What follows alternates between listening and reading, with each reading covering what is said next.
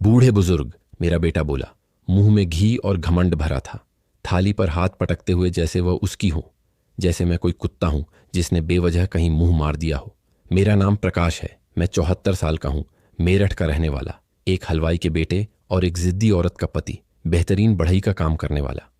पूरी जिंदगी मैंने अपनी हथेलियों को तोड़कर और कमर झुकाकर पसीने से कमाई की है, और फिर भी मैं यहां बैठा हूं एक ऐसी मेज के कोने पर जिसके पैसे मैंने सालों तक अपनी मेहनत से चुकाए हैं। अपने ही बेटे को देख रहा हूं जो अब बच्चा नहीं रहा, मुझे ऐसे घिन से देख रहा है जैसे मैं बदबू मार रहा हूं, सिर्फ इसलिए कि मैंने गर्मा गर्म दाल चावल सब्जी और रोटी में से मुर्गे की टांग हाथ से पकड़ी ताकि वह ठंडी ना हो जाए। मोहल्ले की शादियों और त्योहारों में मैंने ऐसे ही खाना सीखा था, मेरा बेटा कहने वाला था, लेकिन उसने फिर बाजी मार ली। कितनी शर्मनाक बात है। और उसने मुझे ऐसे घूर कर देखा जैसे एक बिना धार का चाकू जो काटता तो नहीं पर इज्जत को खुरचता है। कमरे में रविवार की एक खास खुशबू थी, गर्म पूरियां, ताज़ा कटा हरा धनिया और दाल अभी भी भाप छोड़ रही थी, और शोर के पीछे एक अजीब सी खामोशी थी। मेरी बहू के होंठ भींचे हुए थे और वह प्लेटें ऐसे सरका रही थीं जैसे हर प्लेट को जल्दी हो। मेरे पोते पोतियां अपनी आंखें छिपा रहे थे, यह न समझते हुए कि दादाजी, जो मंदिर के बाहर बच्चों को आइसक्रीम दिलाते थे, अचानक अपने ही घर में एक बोझ कैसे बन गए। मैंने उसे जवाब नहीं दिया, बस साफ हड्डी किनारे रख दी। धीरे धीरे रूमाल से उंगलियां साफ की जैसे कोई 10 तक गिनता है, और नाक से गहरी सांस ली ताकि गुस्सा जबान पर ना आए। मेरी माँ कहती थी, जब आदमी जलते हुए मुंह से बात करता है तो दूसरों को जलाता है, और उस दिन मैं किसी को जलाना नहीं चाहता था। अभी नहीं। वह बोलता रहा। उसने कहा कि उसके दफ्तर के दोस्त आए हुए थे, चमकदार सूट और घड़ियां पहने हुए, और मुझे उनके सामने अपने स्तर का व्यवहार करना चाहिए। वह मुझे एक पिता के तौर पर नहीं देख रहा था, वह मुझे एक पुरानी शर्मिंदगी के तौर पर देख रहा था, एक ऐसा दागा जो कभी मिटेगा नहीं। मैं अंदर ही अंदर उसके बचपन के बारे में सोच रहा था। वह जूते जो मैंने गिरवी रख दिए थे ताकि वह प्राइमरी स्कूल की पिकनिक पर जा सके, वह लाल साइकिल जो मैंने पुराने पुर्जों से बनाई थी क्योंकि नई लेने के पैसे नहीं थे, वह सुबह जो मैंने बढ़ई की दुकान पर दरवाजों को तब तक चिकना किया जब तक लकड़ी गा न उठी, सिर्फ उसकी स्कूल की फीस भरने के लिए। मैंने उसकी बचपन की हंसी के बारे में सोचा, उसकी छोटी उंगलियां जो मेरी उंगली से चिपकी रहती थीं। वह पहला दिन जब उसने मुझसे कहा, पापा मैं किसी दिन आपको एक बड़ा घर दिलाऊंगा। तब मुझे नहीं पता था कि बड़ा होकर उसे मेरा ही घर चाहिए होगा। वह घर, हर ईंट पर मेरा पसीना लगा है, हर खिड़की में मेरी दिवंगत पत्नी मीना की सांसें समाई हैं। वह औरत जिसने मुझे धैर्य से मेज परोसना सिखाया, दाल बनाना जो चिपके नहीं, बिना टोके सुनना सिखाया। यहां हमने अपनी शादी की 40वीं सालगिरह पर नाच किया था। यहीं आंधी तूफान में एक बार आड़ू का पेड़ गिर गया था। यहीं हमने अदरक वाली चाय और धूप में सूखती रजाइयों से जुकाम ठीक किए थे। लेकिन हाल ही में मेरा बेटा इसे ऐसे देख रहा था जैसे यह किसी दुकान की शोकेस हो। गणित करते हुए उन आंखों में वह चमक जो प्यार नहीं, महत्वाकांक्षा है। मैं देखता था कि वह दीवारों को कैसे नापता है, कैसे धीमी आवाज में फोन पर बात करता है, कैसे दोस्तों को आंगन दिखाने लाता है। उसे लगता था कि मुझे पता नहीं चलता। क्या बातें हैं। उस रविवार उस अपमान के बाद उसने बिना शर्म के मुझसे कहा, अगर आपको ठीक से व्यवहार करने में दिक्कत होती है तो बेहतर है रसोई में खा लें। यहां ऐसे लोग हैं जो इन आदतों के आदी नहीं हैं। और वह हल्की सी हंसी हंसा, ऐसी हंसी जो पेट से नहीं अहंकार से निकलती है। उसने मुझे टूटते हुए देखने की उम्मीद में देखा। मैं नहीं टूटा। मैंने अपनी कमीज ठीक की, पानी पिया और बस इतना कहा, जानते हो, मैं बहुत सी चीजों का आदी हो जाता हूं सिवाय यह भूलने के कि मैं कौन हूं। वह गरजा। मेरी बहू ने बस बस ज्यादा मत करो कहते हुए गले साफ किया।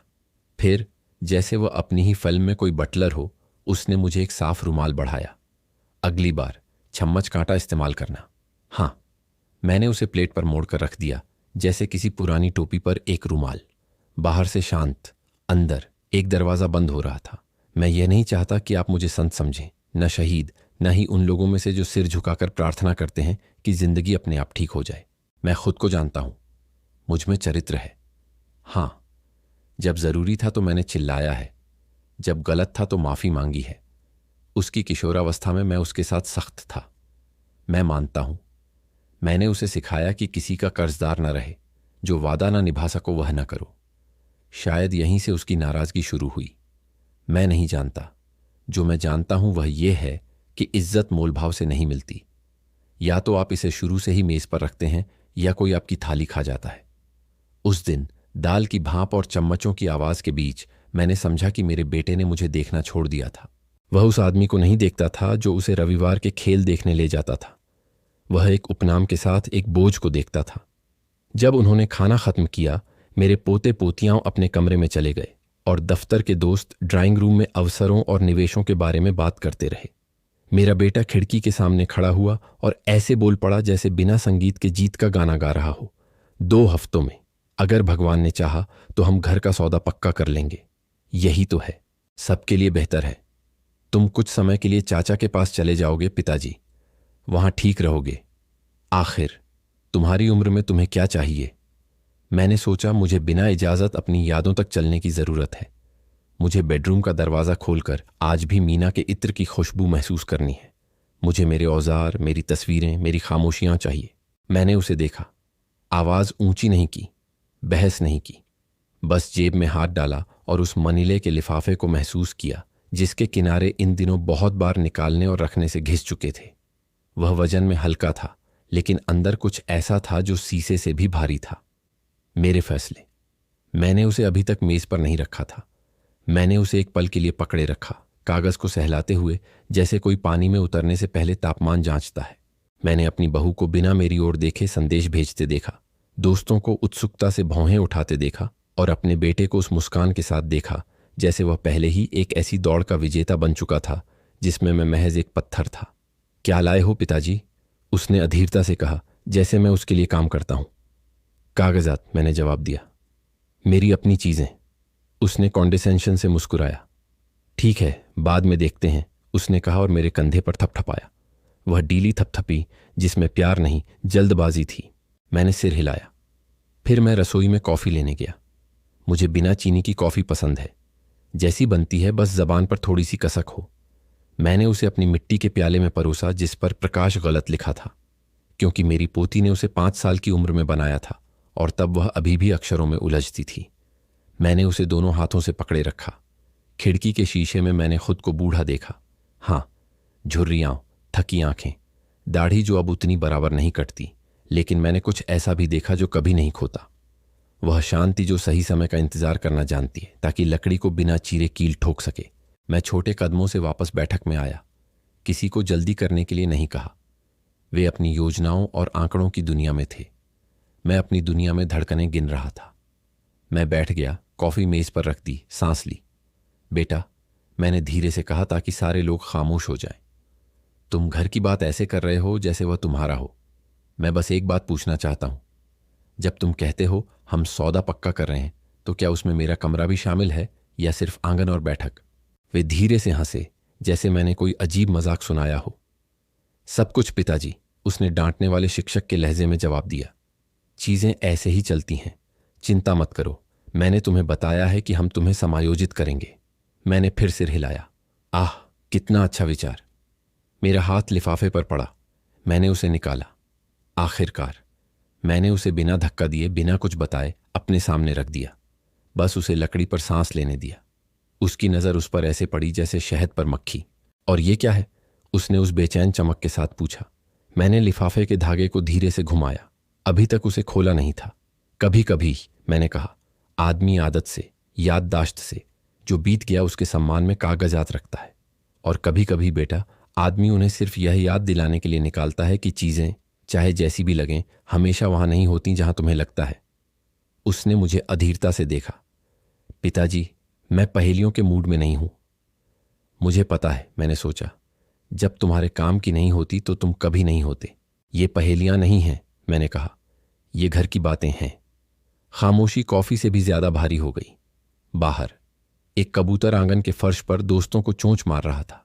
शाम की रोशनी तिरछी पड़ रही थी, जैसे वह भी सुनना चाहती हो। मैंने लिफाफा खोला। मुहरों, हस्ताक्षरों, मुहरों और उन तारीखों से भरा एक बंडल निकाला जिन्हें आदमी यूं ही नहीं भूल जाता। दोस्तों ने सोफों पर सीधे बैठ गए। मेरी बहू ने फोन छोड़ दिया। मेरे बेटे ने आत्मविश्वास से हाथ बढ़ाया, जैसे कोई छीन रहा हो। मैंने उन्हें नहीं दिया। इससे पहले कि तुम पढ़ो, मैंने कहा, बस मुझे एक बात का जवाब दो।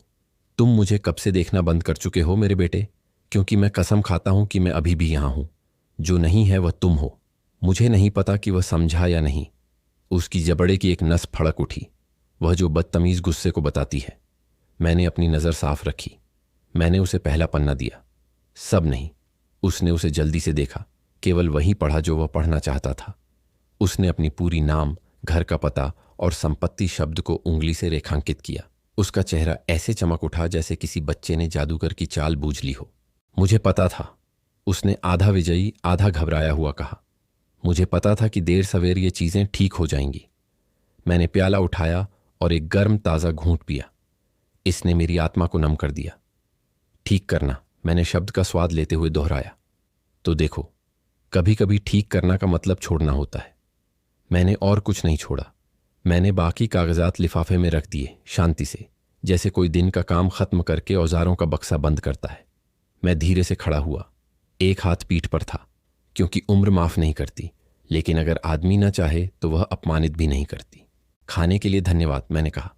चटनी अच्छी थी। वह भ्रमित मुझे रोकने की कोशिश कर रहा था। अरे, और दूसरे दस्तावेज? मैंने बमुश्किल मुस्कुराया। बाद में बेटा, आज मैंने तुम्हें वह बता दिया जो तुम्हें सुनने की जरूरत थी, कि मैं नहीं भूलता कि मैं कौन हूं। मैंने अपनी टोपी खूंटी से ली, अपनी पीठ पर नजरें महसूस की।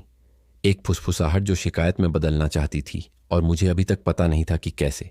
मैं एक ऐसे आदमी के धीमे कदमों से दहलीज पार कर गया जिसने बहुत कुछ ढोया है और कुछ भी न फेंकना सीखा है। वक्त से पहले आंगन में मैं मीना के साथ लगाए आड़ू के पेड़ को देखने रुक गया। मैंने उसके तने को छुआ, मानो वह जवाब दे रहा हो। सांस ले प्रकाश, मैंने खुद से कहा। सांस ले और चल।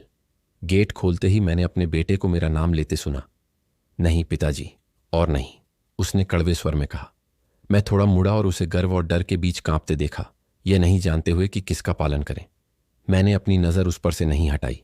कल बेटा, मैंने अपनी पगड़ी ठीक करते हुए कहा, कल तुम समझोगे कि कभी कभी हाथों से खाना बेहतर क्यों होता है और मुंह सिर्फ जरूरी बातों के लिए क्यों बचाना चाहिए।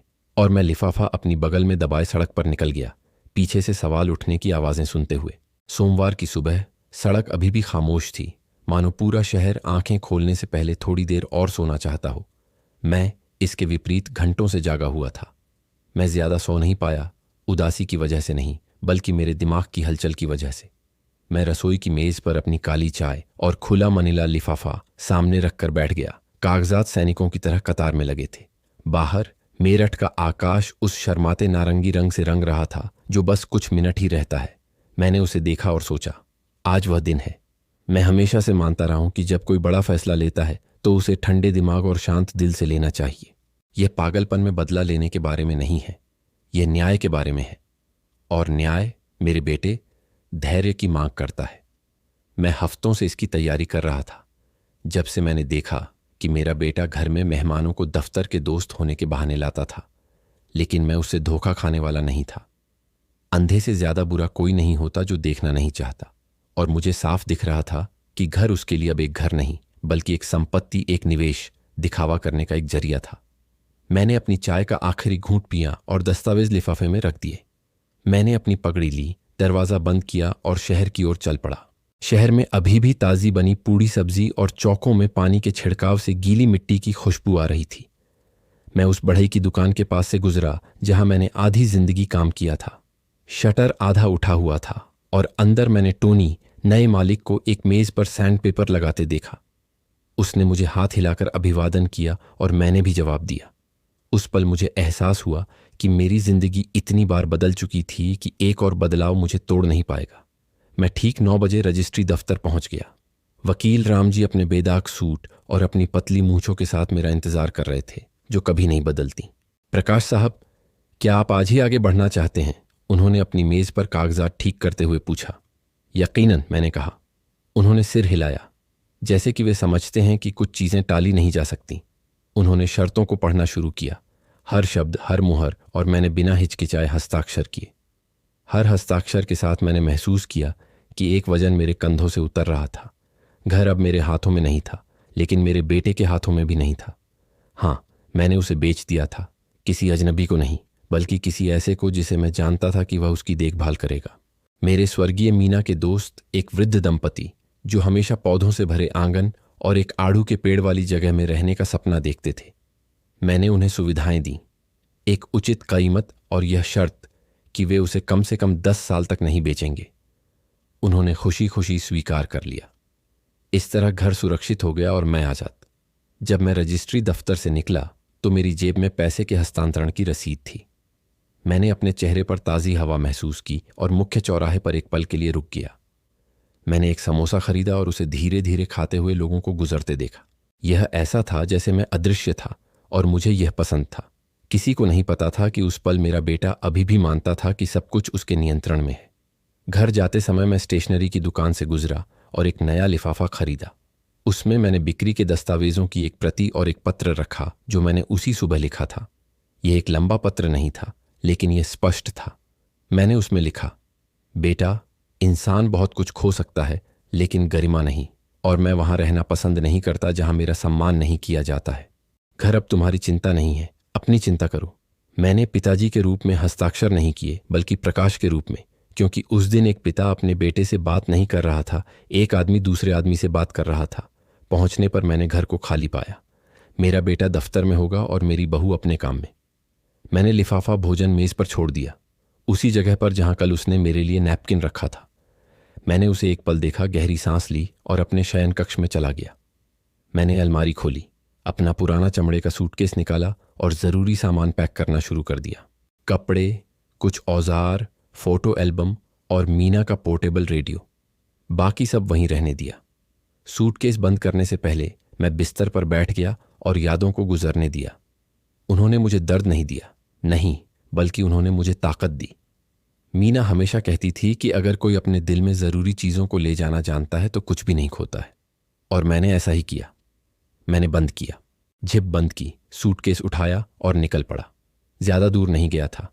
महीनों से एक छोटा सा अपार्टमेंट किराए पर ले रखा था। चुपके से सोचा था शायद कभी फिर से अपनी जगह की ज़रूरत पड़ जाए। आज वही दिन था। पहुंचकर खिड़कियां खोलीं ताकि ताज़ी हवा अंदर आए। रेडियो पर एक पुरानी धुन लगाई और फिर से कॉफ़ी बनाई। खिड़की के पास बैठकर शांत गली को देखा। न डर लगा, न अकेलापन, बल्कि ऐसा लगा कि मैंने अपनी जिंदगी पर फिर से नियंत्रण पा लिया है, और जानता था कि जैसे ही मेरा बेटा घर पहुंचेगा और लिफाफा देखेगा, उस खाने की मेज का सन्नाटा पहले से ज्यादा भारी हो जाएगा। क्योंकि कभी कभी मेरे बेटे शांत मन से लिए गए फैसले ही बाद में सबसे ज्यादा शोर करते हैं। मुझे ठीक से नहीं पता कि उस शाम मेरा बेटा घर किस वक्त आया, लेकिन उसकी कॉल के स्वर से मुझे अंदाजा हो गया था। मेरे अपार्टमेंट की मेज पर फोन लगातार बज रहा था, और जब मैंने उठाया तो उसकी आवाज में पहले से ही एक ऐसा गुस्सा भरा था जिसे वह छिपा नहीं पा रहा था। पिताजी, इसका क्या मतलब है? वह बिना नमस्कार किए चिल्लाया। मुझे समझाने की जरूरत नहीं थी कि वह किस बारे में बात कर रहा था। मैंने शांति से जवाब दिया, जैसे मौसम की बात कर रहे हों। इसका मतलब है कि अब यह घर न तुम्हारा है और न मेरा। अब यह उन लोगों का है जो इसकी ठीक से देखभाल करेंगे। एक छोटा सा सन्नाटा छा गया, ऐसा सन्नाटा जिसमें भारी सांसें भर जाती हैं। फिर उसकी आवाज़ थोड़ी धीमी हुई, लेकिन शांत होने के लिए नहीं, बल्कि नियंत्रण पाने के लिए। क्या मतलब तुमने बेच दिया? हमने तो तय किया था कि। मैंने उसे बीच में ही टोक दिया। हमने कुछ तय नहीं किया था बेटा। तुमने तय किया कि घर एक व्यापार है, कोई घर नहीं। और मैंने तय किया कि मैं ऐसी जगह नहीं रहूंगा जहां मुझे अजनबी की तरह समझा जाए। दूसरी तरफ से एक धीमी ठोस आवाज सुनी, शायद मेज पर हाथ पटकने की, और फिर उसकी आवाज फिर तेज हो गई। और अब तुम चाहते हो कि मैं कहाँ रहूं? मेरे पहले से ही योजनाएं थीं पिताजी, बड़ी बड़ी योजनाएं। मैं धीरे से हंसा, उपहास के लिए नहीं, बल्कि उस हंसी से जो तब निकलती है जब कोई ऐसी बात सुनता है जो पहले से ही शक को पुख्ता करती है। यही तो समस्या है बेटा, कि तुम हमेशा ऐसी चीजों की योजना बनाते हो जो तुम्हारी नहीं होती। उसने बिना अलविदा कहे फोन काट दिया, और मैं बुरा महसूस करने की बजाय एक कॉफी बनाई और उसे अपने छोटे अपार्टमेंट की खिड़की से देखते हुए पी लिया। मैं जानता था कि यह यहीं खत्म नहीं होगा। मैं उसे बहुत अच्छी तरह जानता हूं। जब वह घिरा हुआ महसूस करता है तो आमने सामने झगड़ा करने की कोशिश करता है, और ऐसा ही हुआ। कुछ घंटे बाद मैंने दरवाजे पर जोर से दस्तक सुनी। ये मेहमानों की दस्तक नहीं थी, बल्कि शिकायत के वार थे। मैंने खोला और वह वहां खड़ा था, चेहरा लाल और आंखें दहकती हुई। ऐसा पिता किस तरह का होता है? उसने लगभग बिना सांस लिए कहा। मैं दरवाजे के फ्रेम में ही खड़ा रहा, उसे अंदर आने के लिए आमंत्रित नहीं किया। ऐसा पिता जो खुद का इतना सम्मान करता है कि अपने ही बेटे को अपनी मेज पर उसे अपमानित नहीं करने देता। वह पीछे हट गया जैसे मेरे शब्द एक थप्पड़ थे। उसने अपमान से अपार्टमेंट के अंदर देखा, जैसे हर कोने को नाप रहा हो। तुम यहां रहोगे? यह तो बहुत छोटा है। मैं मुस्कुराया। छोटा पर मेरा। यहां कोई मुझे नहीं बताएगा कि मुर्गे की टांग कैसे खानी है, न ही मुझे भिखारी की तरह नैपकिन देगा। उसने हाथ बांध लिए। और तुम क्या उम्मीद करते हो कि मैं अब क्या करूं? मेरा सारा सौदा उस घर पर निर्भर था। मैंने उसकी आंखों में देखा। तो तुम्हें अपनी चीजों से सौदे करना सीखना होगा बेटा। जिंदगी हमेशा तुम्हें सब कुछ थाली में परोस कर नहीं देगी। उस समय मैंने देखा कि उसकी इज्जत उसके इरादों से कहीं ज्यादा आहत हुई थी, क्योंकि यह सिर्फ घर का नुकसान नहीं था, बल्कि यह था कि मैंने बिना उसकी इजाजत के फैसला ले लिया था और यह उसे अस्थिर कर गया था। उसने मुझे दबी हुई आंख से देखा, जैसे कुछ और भी क्रूर कहना चाहता था, लेकिन शब्द नहीं मिल रहे थे। आखिरकार उसने उगल दिया, तुम एक स्वार्थी बूढ़े बुजुर्ग हो। तुम्हारी पूरी जिंदगी ऐसी ही थी, हमेशा अपने बारे में सोचते रहे। मैंने अपने सीने में एक गर्मी उठती महसूस की, लेकिन उसे दबा लिया। नहीं बेटा, मैंने अपनी पूरी जिंदगी तुम्हारे बारे में सोचा, शायद बहुत ज्यादा, इतना ज्यादा कि खुद के बारे में सोचना भूल गया। लेकिन वह अब खत्म हो गया। उसकी सांसें तेज हो गईं। मैं देख सकता था कि वह जाने ही वाला था, लेकिन अभी भी कुछ था जो वह उगलना चाहता था। किसी दिन तुम्हें इसका पछतावा होगा। मैंने सिर हिलाया। शायद उस दिन तुम्हें समझ आए कि मैंने जो किया वह तुम्हें आखिरी सबक सिखाना था जो मेरे पास था, कि इज्जत कमाई जाती है, मोल भाव से नहीं मिलती। उसने कुछ और नहीं कहा। वह मुड़ा और दरवाजा जोर से बंद करके चला गया, जिसकी आवाज पूरी इमारत में गूंज उठी। मैं खामोशी में खड़ा रहा, उसकी कदमों की आवाज सीढ़ियों से दूर जाते हुए सुनता रहा। मैं फिर से खिड़की के पास बैठ गया। आसमान को देख रहा था जो बैंगनी होने लगा था। मुझे एक अजीब सा बोझ महसूस हुआ। यह पूरी तरह से उदासी नहीं थी, लेकिन न ही पूरी तरह से राहत। यह इस बात का मिश्रण था कि कुछ हमेशा के लिए टूट गया था और फिर भी यह जरूरी था। उस रात सोने से पहले मैंने मीना के बारे में सोचा। मैंने कल्पना की कि अगर वह यहां होती तो क्या कहती। मुझे लगता है कि वह मेरे कंधे पर हाथ रखती और कहती, समय आ गया था प्रकाश, यह समय था कि तुम अपने बारे में सोचते। और इसी विचार के साथ मैं सो गया, यह जानते हुए कि मैंने जो किया था उसका असली शोर अभी शुरू ही हुआ था। फिर से गूंजने लगा। अगली सुबह सामान्य से अधिक ठंडी थी। मैंने अपने छोटे से अपार्टमेंट की खिड़की खोली और ताज़ी हवा को अंदर आने दिया। बाहर सड़क पर शांति थी। बस एक दो पड़ोसी बरामदा साफ कर रहे थे और किसी पास की रसोई से ताज़ी बनी कॉफ़ी की खुशबू आ रही थी। मैंने अपनी कप भरी और रेडियो सुनने बैठ गया, जैसे मैं और मीना मेरठ में घर में रहते हुए किया करते थे। 1 घंटा भी नहीं बीता था कि फ़ोन फिर बजा। इस बार मेरा बेटा नहीं था, मेरी साली मीना की छोटी बहन सोनिया थी। वह हमेशा से सीधी सादी महिला रही थी, जो कुछ भी अपने मन में नहीं रखती थी। प्रकाश, क्या यह सच है जो तुमने किया? उसने बिना नमस्कार किए पूछा। मैंने अभी तुम्हारे बेटे से बात की और वह आग बबूला हो रहा है। वह कहता है कि तुमने उसे सड़क पर छोड़ दिया। मैं मुस्कुराया, हालांकि वह मुझे देख नहीं सकती थी। नहीं सोनिया, मैंने उसे सड़क पर नहीं छोड़ा, मैंने उसे असल जिंदगी में छोड़ा है। इसमें बहुत फर्क है। मुझे लाइन के दूसरी ओर एक अजीब सी खामोशी महसूस हुई। लेकिन अब वह कहाँ रहेगा? वह क्या करेगा? मैंने कंधे उचका दिए, हालांकि वह मुझे देख नहीं सकती थी।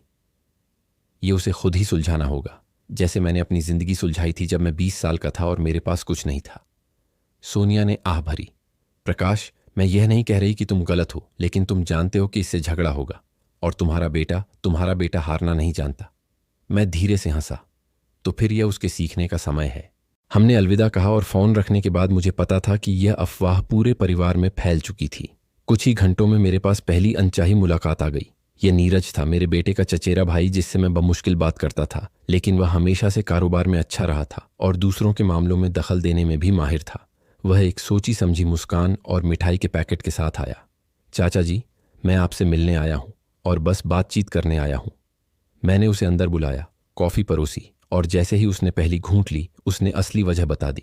देखिए चाचा जी, मुझे पता है कि आप और मेरे भाई के बीच मतभेद रहे हैं, लेकिन ईमानदारी से कहूं तो यह घर एक ऐसी संपत्ति है जिसे परिवार में ही रहना चाहिए और मैं सब कुछ पहले जैसा करने में मदद कर सकता हूं।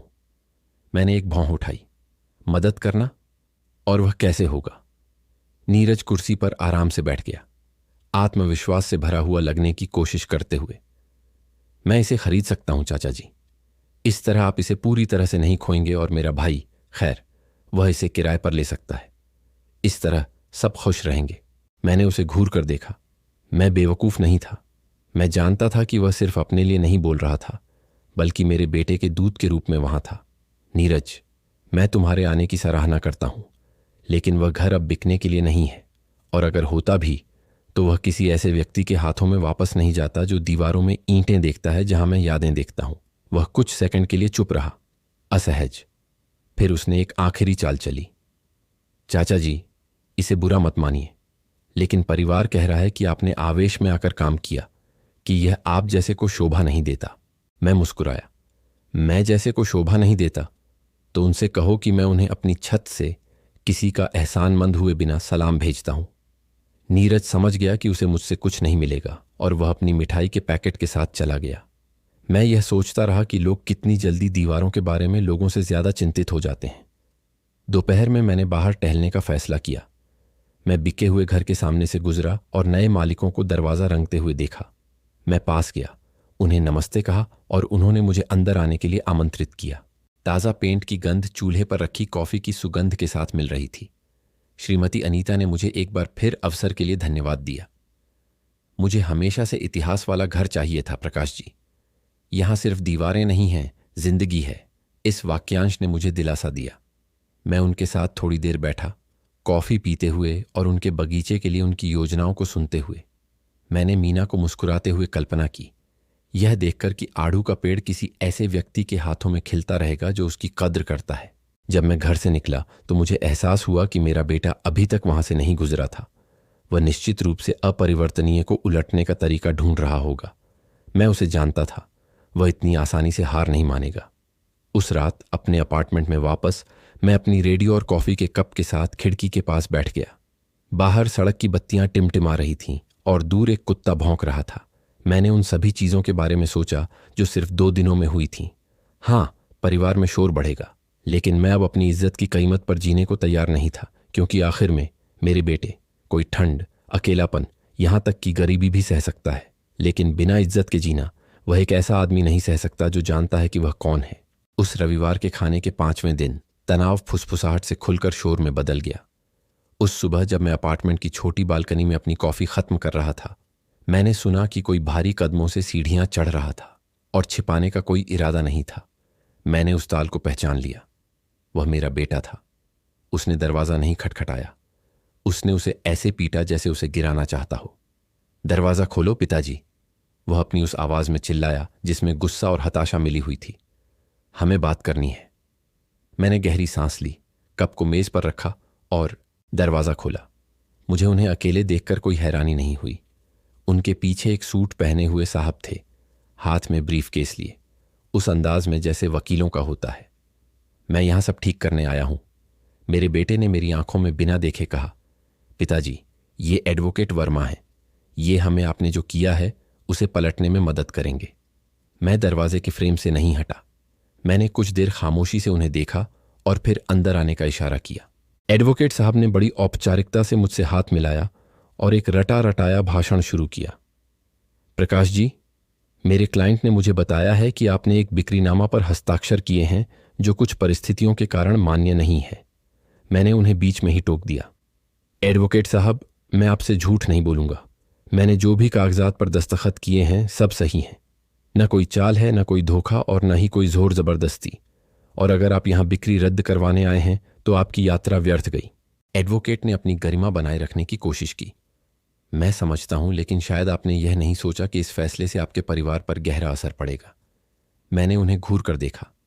परिवार की इज्जत की जाती है एडवोकेट साहब, और जब कोई इज्जत नहीं करता तो वो विरासत या तोहफों की उम्मीद ना रखे। मेरा बेटा जो तब तक चुप था फट पड़ा। आप ऐसा कैसे कर सकते हैं पिताजी? मैं उस घर पर अपने भविष्य के लिए भरोसा कर रहा था। तुम्हारा भविष्य बेटा मेहनत करने और जो तुम्हारे पास है उसकी देखभाल करने से बनता है, न कि किसी और के तुम्हें थाली में परोसने का इंतजार करने से। मैंने शांति से लेकिन दृढ़ता से जवाब दिया। अगर मैंने तुम्हें कुछ सिखाया है तो वह यह कि किसी पर निर्भर न रहो, और लगता है तुम ये भूल गए हो।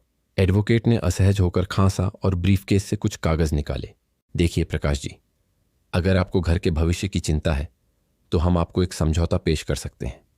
संपत्ति आपके बेटे के नाम पर रहेगी, लेकिन आपको जब तक चाहें वहां रहने का अधिकार मिलेगा। मैं हंस पड़ा। एडवोकेट साहब, अगर मैं वहां रहना चाहता तो मैं पहले से ही रह रहा होता। यह दीवारों या छतों की बात नहीं है, यह इज्जत की बात है।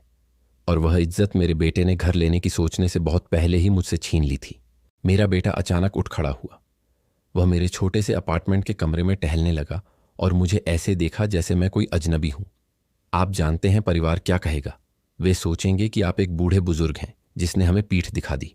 तो वे जो चाहें सोचें, मैं दूसरों को खुश करने के लिए नहीं जीता। मैंने अपनी टोपी कुर्सी पर रखते हुए कहा, अगर उन्हें तुम्हारी बात इतनी पसंद है तो वे तुम्हारी मदद करें। एडवोकेट ने फाइल बंद कर दी। मैं समझता हूं कि आप अपना विचार नहीं बदलेंगे। न आज, न कल, न कभी, मैंने जवाब दिया। वे बिना विदा लिए चले गए। दरवाजे का धड़ाम से बंद होना सीढ़ियों में गूंज उठा, लेकिन मैं जरा भी विचलित नहीं हुआ। मैं रसोई में गया और ज्यादा कॉफी डाली और बची हुई खामोशी को सुनने बैठ गया। वह असहज खामोशी नहीं थी, वह आजादी की खामोशी थी। दोपहर में मुझे एक अप्रत्याशित फोन आया। वह मेरी घर की नई मालकिन अंजना थी। उसकी आवाज कुछ परेशान लग रही थी। प्रकाश जी, मुझे लगता है आपका बेटा यहां आया था। उसने मुझसे सवाल पूछे, कागज देखना चाहे। उसने तो हमें घर बेचने के लिए पैसे भी दिए। मैं एक पल के लिए चुप रहा। और आपने क्या जवाब दिया? नहीं, बिल्कुल नहीं। यह अब हमारा घर है और हम समझौता नहीं तोड़ेंगे। लेकिन मैं चाहती थी कि आपको यह पता चले। मैंने उसे धन्यवाद दिया और फोन रख दिया। मैं खिड़की से बाहर देखने लगा। महसूस कर रहा था कि मेरे बेटे की जिद बढ़ती जा रही है। यह सिर्फ अभिमान नहीं था, यह जुनून था। और जब कोई जुनूनी हो जाता है तो वह खतरनाक हदें पार कर सकता है। उस रात जब मैं अकेला खाना खा रहा था, मैंने मीना के बारे में सोचा। मैंने कल्पना की कि वह मेरे सामने अपनी समझदार आंखों से बैठी है, मुझसे मजबूती से खड़े रहने के लिए कह रही है। वह हमेशा कहती थी कि इज्जत की रक्षा जमीन की तरह की जाती है। एक बार जब आप इसे खो देते हैं तो इसे वापस पाना बहुत मुश्किल होता है।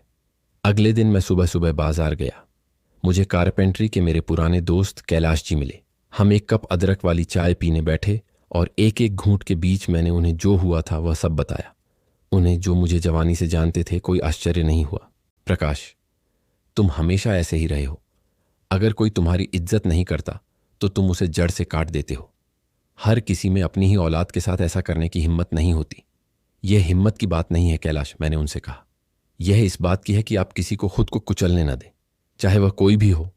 मैं साफ दिमाग से वापस अपने अपार्टमेंट की ओर चला। मैं जानता था कि आने वाले हफ्ते आसान नहीं होंगे। मेरा बेटा हार नहीं मानने वाला था और यकीनन मुझ पर दबाव डालने के नए तरीके खोजेगा। लेकिन मैं कुछ और भी जानता था।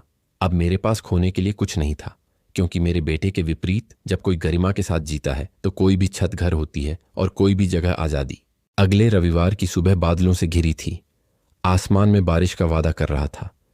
मैं हमेशा की तरह जल्दी उठा, कॉफी बनाई और अपार्टमेंट की छोटी मेज पर बैठ गया।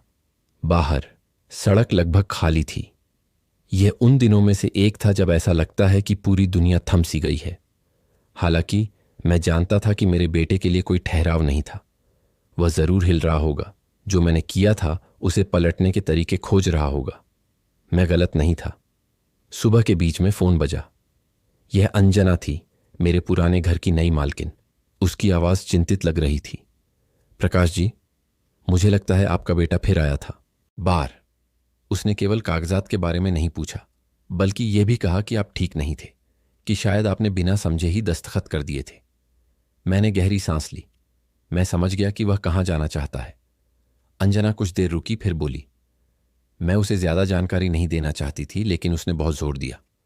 उसने यहां तक कह दिया कि अगर हम अपना मन बदलें तो वह हमारी दी हुई रकम से ज्यादा चुका सकता है। मैंने उसे धन्यवाद दिया और कहा कि चिंता न करे, लेकिन अंदर ही अंदर मेरा गुस्सा बढ़ने लगा। इसलिए नहीं कि वह घर खरीदने की कोशिश कर रहा था, इसकी तो मुझे उम्मीद थी, बल्कि इसलिए कि अब वह मुझे एक बूढ़ा व्यक्ति साबित करना चाहता था जो अपने फैसले खुद नहीं ले सकता। बेटा, यह एक अलग तरह की बदतमीजी थी। मैंने खुद को शांत करने के लिए बाहर टहलने का फैसला किया। मैं बाजार से होकर गुजरा, कुछ संतरे खरीदे और कुछ जान पहचान वालों से मिला। हर कोने पर मुझे निगाहें और फुसफुसाहटें महसूस हो रही थीं। बिक्री की खबर आग की तरह फैल चुकी थी और हर किसी की अपनी राय थी। कुछ लोगों ने समर्थन में मेरी पीठ थपथपाई, दूसरे बस मुझे उत्सुकता से देख रहे थे, जैसे कोई परिवार के झगड़े को किनारे से देख रहा हो। जब मैं अपने घर लौटा तो दरवाजे के नीचे एक लिफाफा मिला। मैंने उसे खोला और अपने बेटे के हाथ से लिखा एक छोटा सा पत्र पाया। पिताजी, आपके पास अभी भी इसे ठीक करने का समय है। हम एक साथ वकील के पास जा सकते हैं, बिक्री रद्द कर सकते हैं और जो कुछ भी हुआ उसे भूल सकते हैं। घमंड को परिवार को तबाह न करने दें। मैंने कुछ देर उन शब्दों को घूरा। कागज पर महंगे परफ्यूम की खुशबू थी, यकीनन उसके दफ्तर से, घर की नहीं। इससे मैं जरा भी नहीं पिघला। अगर कुछ साफ था तो वह यह कि मेरा घमंड दांव पर नहीं था, बल्कि मेरी गरिमा थी। और बेटा, इज्जत मोल भाव से नहीं मिलती। मैंने पत्र को रख दिया और तय किया कि मैं इसका जवाब नहीं दूंगा। जो कोई मुझसे बात करना चाहता है वह आए और मेरी आंखों में देखकर बात करे। अगले दिन सुबह सुबह मैंने फिर से दरवाजे पर दस्तक सुनी। पिछली बार की तरह जोरदार नहीं थी, लेकिन न ही दोस्ताना थी। मैंने दरवाजा खोला और वह वहीं खड़ा था। इस बार उसका माथा सिकुड़ा हुआ था। पिताजी, हम ऐसे ही नहीं रह सकते, उसने कहा, जैसे वह इस झगड़े से थक गया हो। यह हमारे हाथ से निकल रहा है। यह तुम्हारे हाथ से निकल रहा है बेटा, मैंने जवाब दिया। मैं शांत हूं। वह बिना इजाजत के अंदर आया और मेज पर बैठ गया। शांत? सच में, यह जानते हुए कि आपने वह घर बेच दिया है जो आपने मां के साथ मिलकर बनाया था। अजनबियों को? अपनी मां के दोस्तों को, मैंने उसे सुधारा। उन लोगों को जो उसकी देखभाल करेंगे और उसका सम्मान करेंगे, जितना तुम करने को तैयार नहीं थे। वह आगे झुका, हाथ जोड़कर मुझे समझाने की कोशिश कर रहा था। पिताजी, बस मुझे बताइए कि आपको बदले में क्या चाहिए। पैसा जब मैं घर बेचूं तो मेरे मुनाफे का एक हिस्सा, कुछ भी। मैंने उसे देर तक देखा। मैं चाहता हूं कि तुम मुझे वह सम्मान वापस दो जो तुमने उस दिन खो दिया था, जब तुमने सबके सामने मुझे बूढ़े बुजुर्ग कहा था। मैं चाहता हूं कि तुम मुझे फिर से अपने पिता के रूप में देखो, अपने इरादों में बाधा के रूप में नहीं। बस यही एक चीज है जो मुझे अपना मन बदलने पर मजबूर कर सकती है। वह कुर्सी पर पीछे टिक गया और मुझे हैरानी और चिड़चिड़ाहट के मिले जुले भाव से देखा। यह नहीं होगा पिताजी, जो होना था हो गया। तो फिर बिक्री भी अतीत है और नहीं बदलेगी, मैंने खड़े होकर कहा। उसने अपनी हथेली से थाली पर हाथ पटका। यह ऐसे नहीं रहेगा। जरूर रहेगा बेटा, मैंने जवाब दिया। यह बिल्कुल वैसा ही रहेगा जैसा है और तुम्हें इसके साथ जीना सीखना होगा। वह कुछ बुदबुदाता हुआ उठा, जिसे मैं समझ नहीं पाया, और दरवाजा ठीक से बंद किए बिना चला गया। मैंने उसे धीरे से बंद किया और कुछ देर दरवाजे के हैंडल को देखता रहा, यह सोचकर कि हमारे बीच सब कुछ कितना बदल गया था। उस दोपहर मैंने टोनी की बढ़ई की दुकान पर जाने का फैसला किया। ताज़ी कटी हुई लकड़ी की खुशबू मुझे हमेशा शांत करती है। टोनी ने मुस्कान और गर्मा गर्म चाय के साथ मेरा स्वागत किया। मुझे पता है क्या हुआ प्रकाश जी। मैं आपसे सच कहूं, आपने सही किया। लोग सोचते हैं कि परिवार होने की वजह से सब कुछ सहना पड़ता है, लेकिन ऐसा नहीं है। मैंने सिर हिलाया। परिवार की देखभाल की जाती है टोनी, लेकिन उसे तुम्हें कुचलने का मौका नहीं दिया जाता। हम कुछ देर फर्नीचर, ऑर्डरों और कैसे ईमानदार काम हमेशा अपनी छाप छोड़ जाता है के बारे में बात करते रहे, और मुझे एहसास हुआ कि मैं बस यही चाहता था कि इस कहानी में मेरी आखिरी छाप एक पराजित बूढ़े व्यक्ति की नहीं, बल्कि एक ऐसे आदमी की हो जिसने सही समय पर बस कहना सीख लिया। जब मैं अपने घर लौटा तो दरवाजे के नीचे मुझे एक और लिफाफा मिला। इस बार यह मेरे बेटे का नहीं, बल्कि वकील रामेश्वर का था। नोटरी जिसने बिक्री कराई थी, वह सिर्फ सभी दस्तावेजों की अंतिम प्रति थी, जिसमें उनका एक नोट था। सौदा संपन्न और कानूनी रूप से सुरक्षित, कुछ भी डरने की जरूरत नहीं। मैं मुस्कुराया। मैंने उस फाइल को एक दराज में रख दिया, यह जानते हुए कि मेरा बेटा चाहे कितनी भी कोशिश कर ले, वह घर अब उसके हाथ में कभी नहीं आएगा। और इसी विचार के साथ मैं उस रात ऐसे सोया जैसे लंबे समय से नहीं सोया था, शांति से। क्योंकि बेटा, शांति का मतलब यह नहीं है कि सब कुछ शांत हो। शांति यह जानना है कि भले ही बाहर शोर हो, कोई भी अंदर आकर वह नहीं छीन सकता जिसकी तुमने पहले ही रक्षा कर ली है। सोमवार को जैसे ही सूरज पहाड़ियों के ऊपर से झांका, मैं पहले ही उठ चुका था। कॉफी की खुशबू छोटे अपार्टमेंट में भर गई थी और मैं उसे पीते हुए सुबह की ताज़ी हवा का आनंद ले रहा था। खिड़की से पक्षियों का मधुर कलरव और दूर शहर की हल्की चहल पहल सुनाई दे रही थी। मैंने सोचा कि शायद मेरा बेटा अंततः समझने लगा होगा कि यह मेरा अंतिम फैसला है, पर मैं गलत था। करीब 9 बजे दरवाजे पर धीरे से दस्तक हुई। यह उन गुस्से भरी आवाज़ों जैसी नहीं थी जो मैंने कुछ दिन पहले सुनी थी। मैंने दरवाज़ा खोला और अपनी बहू को सामने पाया। वह अकेली थी। उसके चेहरे पर एक बनावटी विनम्रता थी। उसके हाथों में मीठे पकवानों का एक पैकेट था, जैसे कि कुछ पूड़ियाँ और एक कप चाय पिछली बातों को भुला सकें। शुभ प्रभात प्रकाश जी, उसने अभ्यासपूर्ण आवाज में कहा। क्या हम थोड़ी देर बात कर सकते हैं? मैंने शिष्टाचार से ज्यादा उत्सुकता से उसे अंदर आने दिया। उसने पैकेट मेज पर रखा और बैठ गई। मुझे ऐसे देख रही थी जैसे बात शुरू करने का सही तरीका ढूंढ रही हो। देखिए, मैं जानती हूं कि उस रविवार को कुछ ज्यादा ही बातें हो गईं और मैं यह भी जानती हूं कि मेरे पति बहक गए थे, पर वह पछता रहे हैं। वह कहते नहीं हैं, पर मैं उन्हें देखती हूं। मैंने उसे चुपचाप देखा। मैं जानता था कि वह अपनी मर्जी से नहीं आई थी। ये पछतावा यकीनन किसी योजना का हिस्सा था। तो मैं इस कथित पछतावे का क्या करूं? मैंने पूछा। उसने गहरी सांस ली और अपने पर्स से एक लिफाफा निकाला। हम आपको एक प्रस्ताव देना चाहते हैं। आपको घर के लिए मिली रकम से ज्यादा मिलेगी और हम संपत्ति वापस ले लेंगे। आप चाहें तो कुछ बड़ा खरीद सकते हैं या यात्रा कर सकते हैं। मैं अपनी कुर्सी पर पीछे झुक गया, लिफाफे को छुए बिना। तो आपको लगता है कि सब कुछ पैसे से ही ठीक हो जाता है? यह सिर्फ पैसे की बात नहीं है, उसने समझाने की कोशिश की। यह घर मेरे पति के लिए बहुत महत्वपूर्ण है। यह घर मेरे लिए, तुम्हारी सास के लिए, हमारी पूरी कहानी के लिए महत्वपूर्ण था। और उसने फैसला किया कि यह घर एक व्यापार के रूप में एक घर से ज्यादा मायने रखता है। मैं अपने की को नहीं बदलूंगा। उसने अपने होंठ कसे और एक पल के लिए ऐसा लगा कि वह कड़ा जवाब देगी, पर उसने खुद को रोक लिया। तो कोई ऐसी बात नहीं है जिससे आप अपना मन बदल सकें? हाँ, मैंने कहा। वह मुझे मेरा सम्मान वापस दिलाए जो उसने छीन लिया, और वह खरीदा नहीं जाता, कमाया जाता है। और कुछ कहने को नहीं था। वह उठ खड़ी हुई, मीठे पकवानों का पैकेट उठा लिया जैसे अब वह उसे छोड़ना नहीं चाहती थी, और बिना विदा लिए चली गई। दोपहर को मैंने टहलने जाने का फैसला किया। ताज़ी हवा से मेरे विचार व्यवस्थित हो रहे थे। मैं बाजार से गुजरा और मैंने क्लारा और उसके पति को अपने बगीचे के गमले रंगते देखा। मैंने उन्हें नमस्ते किया और उन्होंने मुझे चाय पीने के लिए आमंत्रित किया। जब हम बात कर रहे थे, उन्होंने मुझे बताया कि मेरा बेटा फिर से वहां आया था। इस बार बिक्री के विवरण के बारे में पूछ रहा था और कागजात में गलतियां ढूंढने की कोशिश कर रहा था। वह बिक्री को चुनौती देने के लिए कुछ भी ढूंढ रहा है, क्लारा ने कुछ घबराहट के साथ मुझसे कहा। पर आप चिंता न करें प्रकाश जी, हम हार नहीं मानेंगे। मैंने उन्हें धन्यवाद दिया और थोड़ी देर तक उन्हें बगीचे में काम करते हुए देखा। उस दृश्य ने मुझे शांति का एहसास कराया। घर अभी भी जीवित था, उसकी देखभाल हो रही थी और वह उन हाथों से दूर था जो उसे केवल एक लूट के माल के रूप में देखते थे। अपार्टमेंट लौटते हुए मुझे मेल बॉक्स में एक संदेश मिला। यह जल्दबाजी में लिखा गया एक नोट था। पिताजी, आप मुझे कुछ ऐसा करने के लिए मजबूर कर रहे हैं जो मैं नहीं चाहता। कृपया बहुत देर होने से पहले बात कर लें। मुझे समझ नहीं आ रहा था कि इसे धमकी माने या एक हताश प्रयास। मैंने उसे मोड़कर मेज पर रख दिया। मैं उसे फोन नहीं करने वाला था। अगर वह बात करना चाहता था तो खुद आता। उस शाम अपना मन बहलाने के लिए मैं टोनी की बढ़ई की दुकान पर गया। उसने मुझसे एक पुराना दरवाजा ठीक करने में मदद मांगी जिसे वापस उसके फ्रेम में बिठाना था। लकड़ी को रगड़ते हुए मैंने महसूस किया कि मेरे हाथ याद कर रहे थे कि उन्होंने जीवन भर क्या किया था। काम करना, बनाना, मरम्मत करना, ये लगभग एक इलाज जैसा था।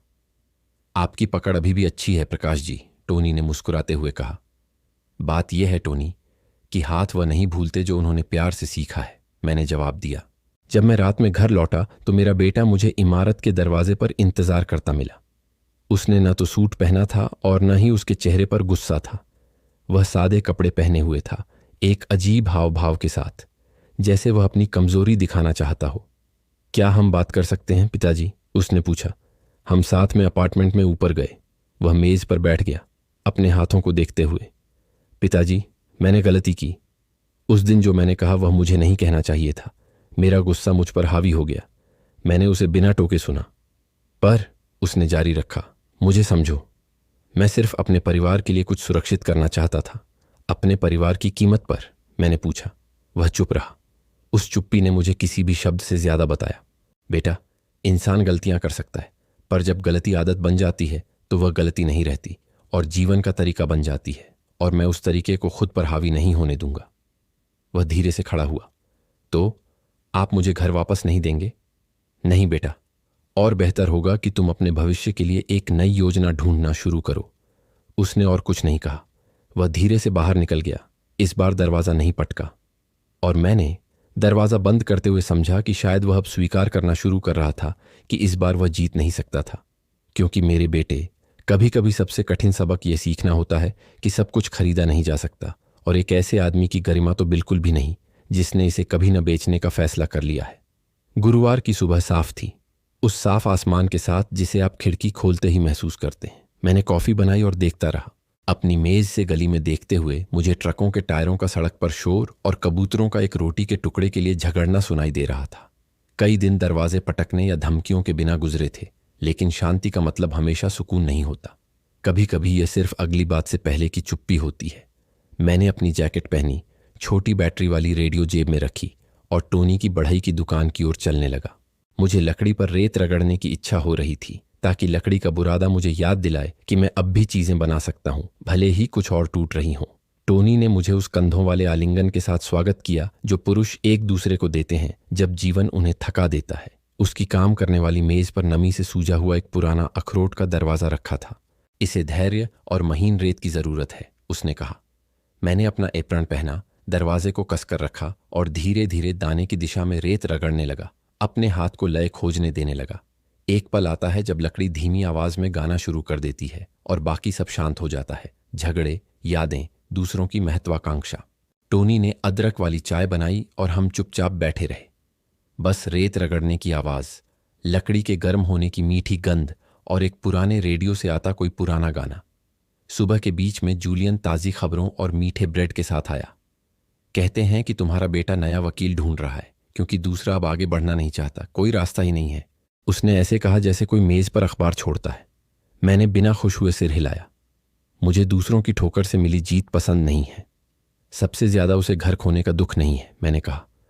उसे इस बात का दुख है कि वह मुझसे नहीं जीत पाया। जूलियन ने उंगलियों से चीनी छाटी और बस इतना कहा, कभी कभी हारना सीखने का एक ही तरीका है, जीतने की शुरुआत करना। मैंने उस वाक्य को ऐसे सहेजा जैसे कोई कील सहेजता है। खैर, तुम्हें कभी नहीं पता कि कब यह काम आएगी। मैं दोपहर से पहले बढ़ई की दुकान से बाजार जाने के लिए निकला। मैंने टमाटर, ताज़ा पनीर का एक टुकड़ा और संतरे खरीदे। फूलों के पास वाले कोने पर मैं एक ऐसे व्यक्ति से मिला जिसकी मुझे उम्मीद नहीं थी। मेरा बड़ा पोता अपने स्कूल बैग के साथ, बेचैन आंखों और खेल के मैदान की गंदी जूतों के साथ अपनी माँ के साथ आ रहा था। मुझे देखकर उसने अपना मुंह कस लिया जैसे उन शब्दों को रोके हुए हो जो पहले ही दर्द देना सीख चुके थे। बच्चा इसके विपरीत सीधे मेरे पास आया। दादाजी, आप अब घर क्यों नहीं जाते? इस सवाल ने मुझे किसी भी अपमान से ज्यादा गहरा घाव दिया। मैं उसकी ऊंचाई पर आने के लिए झुका और उसके कंधे पर हाथ रखा, क्योंकि कभी कभी मेरे बच्चे बड़ों को अपने कामों से सिखाना पड़ता है और तुम्हारे दादाजी का अनादर किया गया। मैंने उसके पिता के बारे में बुरा नहीं कहा। मुझे ऐसा करना ठीक नहीं लगा। मैंने बस इतना जोड़ा, मैं तुमसे उतना ही प्यार करता हूं, ये नहीं बदलता। उसने एक बच्चे की गंभीरता से सिर हिलाया जो जितना दिखता है उससे ज्यादा समझता है, और जल्दी से चुपके से मुझे गले लगा लिया। उसकी मां ने बिना कुछ कहे हमें देखा। जब वे चले गए तो मेरे सीने में एक गर्म सा खालीपन रह गया, आधा दुख आधा राहत। मैं धूप में अपनी गर्दन पर चमकती धूप के साथ अपार्टमेंट वापस आया। मेल बॉक्स में बैंक के लेटरहेड वाला एक लिफाफा था। एक पल के लिए मैंने समस्याओं के बारे में सोचा, लेकिन यह सिर्फ एक बकाया पेंशन जमा होने की सूचना थी। मैं बिना शोर किए मुस्कुराया और एक सादा खाना बनाया। गरम दाल चावल, पनीर और सीधे आंच पर सेंकी हुई रोटियां, संतरे का एक टुकड़ा। आखिर में मैंने बर्तन धोए और थोड़ी देर उस डायरी को पढ़ने बैठ गया जहां मीना ने अपनी पसंदीदा रेसिपी और छोटे वाक्यांश लिखे थे। मुझे एक ऐसा वाक्यांश मिला जो मुझे याद नहीं था। घर वह जगह है जहां तुम्हें खुद को समझाना नहीं पड़ता। मैंने अपनी उंगलियों को अंदर रखकर डायरी बंद कर दी, जैसे उन अक्षरों के बीच और देर तक रुकना चाहता हूं। दोपहर के बीच में फोन बजा। वह क्लारा थी। प्रकाश साहब, बस आपको यह बताने के लिए कि आज आपका बेटा आया था, लेकिन अलग तरीके से। वह घमंडी नहीं था, वह पीला पड़ा हुआ था। उसने पूछा कि क्या वह आड़ू का पेड़ देख सकता है। वह थोड़ी देर रुका, कुछ छुआ नहीं, फिर चला गया। मैंने उसे धन्यवाद दिया। फोन रखने के बाद मैं चुपचाप खड़ा रहा। पड़ोसी के रेडियो से एक बेसुरा गाना बज रहा था। मैंने मीना और मेरे लगाए हुए पेड़ के सामने अपने बेटे के बारे में सोचा। शायद अंततः उसे समझ आ गया था कि उस घर में सबसे कीमती चीज वर्ग मीटर नहीं थे, बल्कि वे यादें थीं जिनकी उसने देखभाल नहीं की थी। शाम होने से पहले मैं थोड़ी देर टहलने गया। मैं मंदिर के पास से गुजरा। अंदर अगरबत्ती और ताज़ी पोछे हुए फर्श की महक आ रही थी। मैं पीछे बैठ गया बिना कोई प्रार्थना किए, बस सांस लेते हुए। मैंने मीना से धीरे से बात की, जैसे हमेशा करता था। मीना, देखो हमने क्या किया है। मैं अब भी खड़ा हूं। बाहर निकलते हुए मैंने पोतों के लिए इमली के लड्डू की एक छोटी सी थैली खरीदी। सीमा तय करना एक बात है और दादाजी होना छोड़ देना दूसरी। मैंने लड्डू कागजात के साथ मेज के दराज में रखे और शाम होने से पहले एक और चाय पी। अंधेरा होने के करीब दरवाजे पर दस्तक हुई। वह धक्के नहीं थे, एक शर्मीली दस्तक थी, लगभग इजाजत मांगते हुए। मैंने दरवाज़ा खोला और वह वहां था, मेरा बेटा, सूट के बिना, मुड़ी हुई कमीज में, लाल आंखें नींद न आने के कारण। उसने मुझे गुस्से से नहीं देखा। इस बार उसने मुझे शर्म और ज़रूरत के एक अजीब मिश्रण के साथ देखा। क्या मैं अंदर आ सकता हूं? मैंने सिर हिलाया और वह बैठ गया, बिना किसी चीज़ को छुए, जैसे उसके हाथों की मामूली हरकत से कुछ टूट जाएगा। मैं चुपचाप इंतजार करता रहा। मुझे तुम्हें कुछ बताना है। उसने अपनी बात शुरू करने से पहले थूक निगला। मुझे काम से निकाल दिया गया है। वे कहते हैं कि मुझे निजी व्यवसाय को मिलाना नहीं चाहिए था। तुम जानते हो, उसने अपनी नज़रें नीची कर लीं और हमें अपार्टमेंट खाली करने को कहा गया है। अनुबंध कंपनी के नाम पर था। हमें 15 दिनों में निकलना होगा। मैंने बिना पलक झपकाए शांत दिल से उसकी बात सुनी। मुझे न कोई खुशी हुई, न ही सस्ती दया। मैंने फैसलों का सटीक भार महसूस किया। जीवन अपना मोल वसूलता है, मैंने कहा, और कभी कभी ब्याज के साथ वसूलता है। उसने अपने जबड़े कसते हुए सिर हिलाया। मैं घर मांगने नहीं आया हूं, वह किसी तरह बोल पाया। मुझे पता है कि वह सब खत्म हो चुका है। मैं तुमसे सलाह मांगने आया हूं। यह शब्द हम दोनों के बीच ऐसे तैरता रहा जैसे कोई गिलास गिरने वाला हो। मैंने धीरे से सांस ली। सबसे पहले तुम्हें वहां जाकर माफी मांगनी होगी, जहां तुम्हारी पत्नी को तुम्हारे साथ अपने बच्चों को ऐसी बातें सुनाने के लिए माफी मांगनी है जो दादा को नहीं कही जाती, और मुझसे भी, लेकिन सिर्फ बातों से नहीं बल्कि कर्मों से। उसने अपनी नजरें उठाईं। क्या कर्म? मैं आगे झुका। तुम्हें एक नौकरी ढूंढनी होगी, भले ही छोटी हो। तुम्हें एक अच्छा कमरा किराए पर लेना होगा और दूसरों के पैसे से बड़ा सोचने की आदत छोड़नी होगी। और अगर तुम में हिम्मत हो तो एक रविवार को उन लोगों के सामने खड़े होकर जिन्होंने तुम्हारे साथ मिलकर हंसी उड़ाई थी, उन्हें बताओगे कि जिस बूढ़े को तुम नीचा दिखाना चाहते थे, उसने तुम्हें आत्मनिर्भर रहना सिखाया है। उसने फिर से थूक निगला। मुझे नहीं पता कि मैं कर पाऊंगा या नहीं। तुम कर सकते हो, अगर तुम खुद को बिना छिपाए फिर से देखना चाहते हो, मैंने जवाब दिया। वह देर तक चुप रहा। मैं भी। कभी कभी दिशा बदलने के लिए बस इतना ही काफी होता है कि कोई साथ में चुप रह सके। जाने से पहले वह दरवाजे पर रुका। और अगर मुझे कुछ मिलने तक हम कुछ दिन यहां रुक सकें तो? मैंने उसे सीधे देखा। एक पिता के लिए इससे मुश्किल सवाल कोई नहीं होता। स्वाभिमान के लिए इससे ज्यादा सूक्ष्म जाल कोई नहीं होता। नहीं, मैंने अपनी आवाज ऊंची की बिना कहा। यह कमरा छोटा है और यह मेरा है, लेकिन कल मैं तुम्हें जगह ढूंढने में साथ दूंगा। मैं तुम्हें किराए के लिए पैसे दूंगा, ऐशो आराम के लिए नहीं। और मैं तुम्हें किराने का सामान दिलाऊंगा ताकि तुम्हारे बच्चे बिना किसी चिंता के रात का खाना खा सकें। लेकिन हां, तुम मुझे एक एक पैसा काम करके लौटाओगे। तुम मुझे नहीं, बल्कि खुद को कर्जदार हो। उसने अपना सिर झुकाया, हार मानने के लिए नहीं बल्कि स्वीकार करने के लिए। धन्यवाद, उसने बुदबुदाया। मुझे धन्यवाद मत दो, मैंने उससे कहा। इसे करके दिखाओ। मैंने दरवाजा धीरे से बंद किया और उस पर झुककर खड़ा हो गया। उसकी कदमों की आहट सीढ़ियों में गुम होती हुई सुन रहा था। मैंने दराज खोली, इमली की मिठाइयां निकाली और उन्हें एक हाथ से दूसरे हाथ में पलटा। इन झगड़ों में कोई साफ जीत नहीं होती, केवल वही साफ रहता है। अगर कोई उसकी परवाह करता है तो वह सम्मान है जो अंततः कायम रहता है। मैंने एक गिलास पानी लिया और रेडियो बंद कर दिया।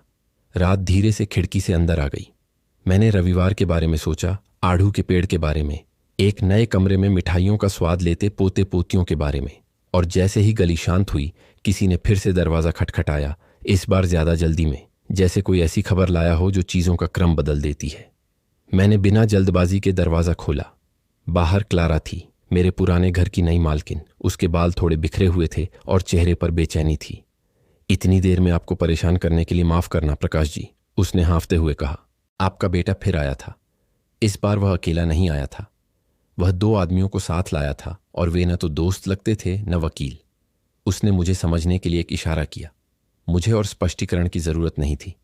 मैं तुरंत समझ गया कि मेरा बेटा अपनी हताशा में दूसरे तरीकों से दबाव डालने की कोशिश कर रहा था। चिंता मत करो क्लारा, मैंने उससे कहा। आप लोगों को डरने की कोई बात नहीं है। कागजात पूरी तरह सुरक्षित हैं, लेकिन मैं इस मामले को देख लूंगा। उसने सिर हिलाया और चली गई। अभी भी माथे पर बल के साथ मैंने दरवाजा बंद किया, खुद के लिए 1 कप कॉफी बनाई और मेज को देखने लगा। मैंने उस शांति को महसूस किया जो मुझे कार्य करने से ठीक पहले आती है। यह गुस्सा नहीं था, यह इस बात की निश्चितता थी कि अब एक ऐसी सीमा तय करने का समय आ गया था जो कोई संदेह न छोड़े। अगले दिन सुबह मैं टोनी की बढ़ई की दुकान पर गया। मैंने उससे एक एहसान मांगा। मुझे कुछ फ़ोन करने के लिए दुकान का फ़ोन चाहिए, मैंने उससे कहा। टोनी ने बिना कोई सवाल किए फ़ोन मेरे हाथ में दे दिया। मैंने लाइसेंसेट रामिरेज नोटरी को फ़ोन किया और उनसे बिक्री के सभी दस्तावेज़ों की एक प्रमाणित प्रति तैयार करने के लिए कहा, साथ ही एक लिखित बयान भी जिसमें यह स्पष्ट हो कि इसे पलटने का कोई भी प्रयास व्यर्थ होगा। मैंने उनसे यह भी कहा कि एहतियात के तौर पर पुलिस को एक प्रति भेज दें। उसके बाद मैंने निर्माण कार्य में काम करते समय के एक पुराने दोस्त को फ़ोन किया। वह एक गंभीर व्यक्ति है जो मेरठ में सम्मान के कोर्ट को अच्छी तरह जानता है। मैंने उससे मेरे बेटे से बात करने के लिए कहा, उसे धमकाने के लिए नहीं बल्कि यह समझाने के लिए कि वह एक खतरनाक सीमा पार कर रहा था। दोपहर तक मेरा बेटा मेरे दरवाजे पर आ गया। इस बार उसके चेहरे पर न तो अहंकार था न पश्चाताप, तनाव था। पिताजी, क्या आपने किसी से बात की? उसने बिना लाग लपेट के पूछा। मैंने उनसे बात की जिनसे मुझे बात करनी थी, मैंने जवाब दिया। और मैंने यह भी स्पष्ट कर दिया कि अगर तुम क्लारा के घर पर दबाव डालने के लिए फिर से उसके पास गए तो यह मामला परिवार तक ही सीमित नहीं रहेगा। उसने घबराकर अपने चेहरे पर हाथ फेरा। मुझे बस समय चाहिए। चीज़ें मेरे हाथ से निकल रही हैं। वे तुम्हारे हाथ से निकल गई थीं, हाथों से, उस दिन से जब तुम्हें लगा कि तुम मुझे बोझ समझ सकते हो।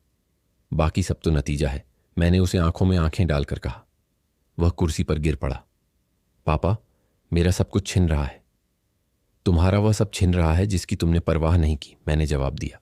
और चाहे तुम्हें यकीन न हो, यही तुम्हारे लिए सबसे अच्छा है। यह तुम्हें फिर से शुरुआत करने के लिए मजबूर करेगा। उसने मुझे ऐसे देखा जैसे बहस करना चाहता हो, पर उसने कुछ नहीं कहा। शायद उसे समझ आने लगा था कि मैं पीछे नहीं हटने वाला। उस रात खाना खाते हुए मैंने सोचा कि इज्जत कितनी अजीब चीज़ है। इसे बनाने में सालों लगते हैं और इसे खोने में सेकंड। मुझे उस रविवार की हर अदा, हर शब्द याद आया जब सब कुछ बदल गया था। और मुझे पता था कि मुझे कोई पछतावा नहीं था, क्योंकि मेरे बेटे कोई भी सामान, दोस्त और यहाँ तक कि परिवार भी खो सकता है, लेकिन अगर कोई अपना आत्मसम्मान खो देता है तो वह सब कुछ खो देता है।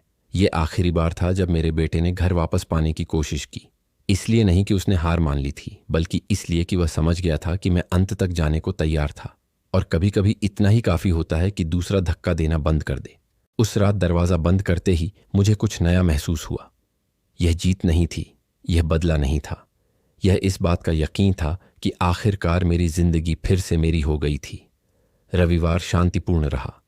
साफ आसमान से छोटे से अपार्टमेंट की खिड़की से हल्की धूप अंदर आ रही थी। मैंने पतीले में कॉफ़ी डाली और जैसे ही उसकी खुशबू रसोई में फैल गई, मैंने सोचा कि इतने कम समय में मेरी जिंदगी कितनी बदल गई थी। अब मुझे घर में किसी और के कदमों की आहट सुनने की चिंता नहीं होती थी, न ही इस संदेह से उठना पड़ता था कि कोई दीवारों को बेचने के लिए नाप रहा था। अब मैं जहां रहता था वह हर कोना मेरा था। बाजार मूल्य के हिसाब से नहीं, बल्कि इसलिए कि कोई मुझे एक वाक्य बोलकर वहां से नहीं निकाल सकता था। दोपहर होते होते मैं रोटी खरीदने निकला। चौराहे पर मेरी मुलाकात क्लारा और उसके पति से हुई। उन्होंने मुस्कुराते हुए मेरा अभिवादन किया। उनके हाथ मिट्टी से सने हुए थे। उन्होंने मुझे बताया कि आंगन में लगे आद्धू के पेड़ पर इस मौसम में पहली बार फूल आए थे। मैंने उनसे जल्द ही उसे देखने आने का वादा किया। वापस चलते हुए मैंने सोचा कि कैसे अंत में वह पेड़ एक प्रतीक बन गया था। इससे फर्क नहीं पड़ता कि उसे किसने लगाया, महत्वपूर्ण यह है कि उसकी देखभाल कौन करता है। दोपहर में मुझे एक अप्रत्याशित मुलाकात मिली। वह मेरा बेटा था, लेकिन वह मांगों या बहानों के साथ नहीं आया था। वह सिर्फ सादे कपड़े और हाथ में एक थैले के साथ आया था। अंदर एक पैकेट पकवान और एक बोतल शरबत थी।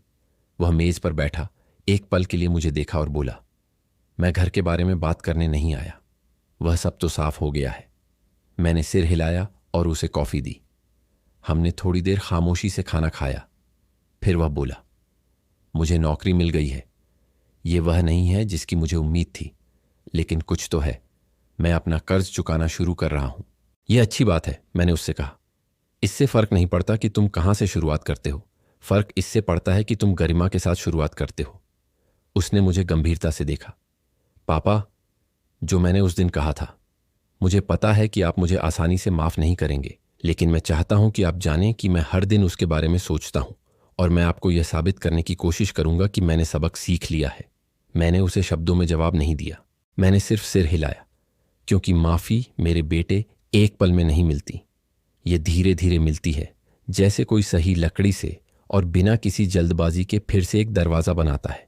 जाने से पहले उसने मुझसे पूछा कि क्या वह अगले हफ्ते बच्चों को ला सकता है। बेशक, मैंने कहा, उनके लिए हमेशा मेरे दरवाजे खुले रहेंगे। जब मैंने दरवाज़ा बंद किया तो मुझे कई तरह की भावनाएं महसूस हुईं। ये पूरी तरह से सुलह नहीं थी, लेकिन ये एक पहला कदम था और मैं समझ गया कि हमेशा खोई हुई चीज़ों को वापस पाना नहीं होता, बल्कि जो बचा है उसकी देखभाल करना सीखना होता है। उस रात मैं खिड़की के पास बैठ गया और सड़क की बत्तियां एक एक करके जलती देख रहा था। मैंने मीना के बारे में सोचा, उन सभी चीज़ों के बारे में जो हमने साझा की थीं, एड्डू के पेड़ के बारे में और उस रास्ते के बारे में जो मैंने चुना था। मुझे कोई पछतावा नहीं था। कभी कभी खुद को बचाने के लिए हारना पड़ता है, क्योंकि मेरे बेटे फिर से शुरुआत करने में कभी देर नहीं होती और गरिमा चुनने का हमेशा सही समय होता है।